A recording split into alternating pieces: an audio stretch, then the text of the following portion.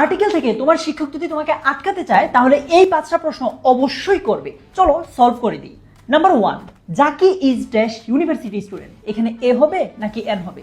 Simple হিসাব, যদি কোনো একটা শব্দ ভাওয়েল দিয়ে শুরু হয় কিন্তু উচ্চারণটা ইউ কিংবা ওয়াই এর মতো হয় তাহলে সেখানে এন না বসে এ বসবে। Number 2, Farhan is dash honest man. কোন একটা শব্দ যদি কনসোনেন্ট দিয়ে শুরু হয় কিন্তু উচ্চারণটা ভাওয়েলের মতো হয়, যেমন ধরো এইচ, এখানে কিন্তু এইচ উচ্চারণ হচ্ছে না, উচ্চারণ হচ্ছে ও, অনেস্ট, আমরা বলছি না যে হনেস্ট। সো এই টাইপ সিচুয়েশনে এ না বসে এন বসবে। Number 3, English are industrious. English বলতে তো আমাদেরকে সাবজেক্টও বোঝাতে পারে, আবার জাতীয় ইংরেজ জাতিকেও বোঝাতে পারে। এই ইংলিশ দ্বারা যদি ইংরেজ জাতিকে বোঝায় তখন তার আগে আর্টিকেল দা বসে। সো কি হবে? The English are industrious. Number 4, honesty is the best policy. এখানে কোনো আর্টিকেল হবে না। কেন?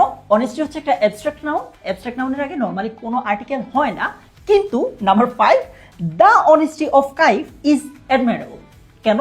কারণ হচ্ছে এইখানের যে অ্যাবস্ট্রাক্ট নাউন অনেস্টি আছে এটা একদম নির্দিষ্ট করে বলতেছে যে কাইফের সততা বা কাইফের অনেস্টি।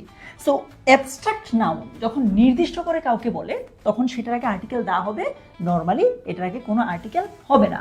যদি আমি তোমাকে এই 5টা বুঝাতে পারি তাহলে তুমি এখনই কমেন্টে চলে যাও। কমেন্টে আমি তোমার জন্য 5টা সেন্টেন্স দিয়ে রেখেছি, তুমি সেগুলো সলভ করে আমাকে কমেন্টে জানাও, আমি নিজে সেগুলোর উত্তর দিব। আর হ্যাঁ, এই 5টা নিয়ম মনে রাখতে এখনই এই ভিডিওটা সেভ করে রাখো।